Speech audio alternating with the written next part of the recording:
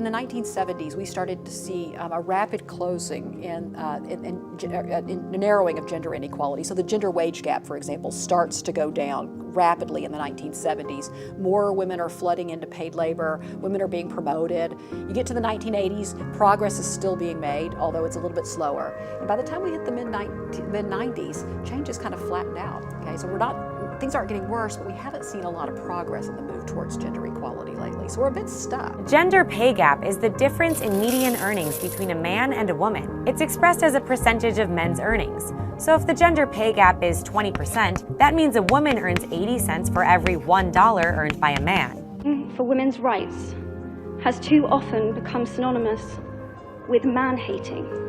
Raise your hand if anyone's ever called you when you were a child bossy. Men only. There's always a few.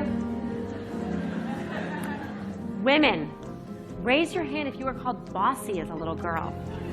Institutional bad public policy, institutional barriers, sexism, discrimination, and all of that is really important. And begin. Hello.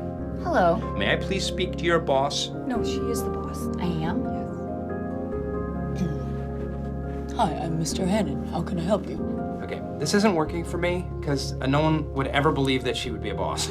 He's absolutely right. I wanted to direct the plays that we would put on for our parents, but the boys were not. When at 14, I started to be sexualized by certain elements of the media. For me, when gender equality, when you said gender equality at the workplace, what struck me was what really people might be thinking. There are a lot of women in the workplaces. Don't we see women in the banks? What are they still talking about? Yeah.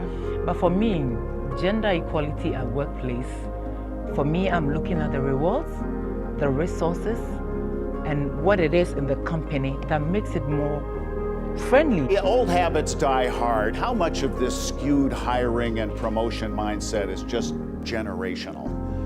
Well, unfortunately, as you well noted, current statistics, so current decisions about hiring and paying and promoting women show that discrimination continues to this day.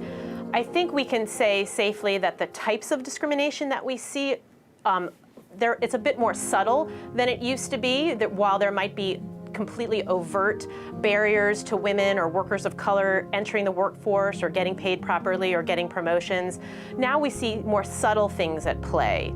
So there may be generational changes, but the problems continue. So the question is, how are we going to fix this?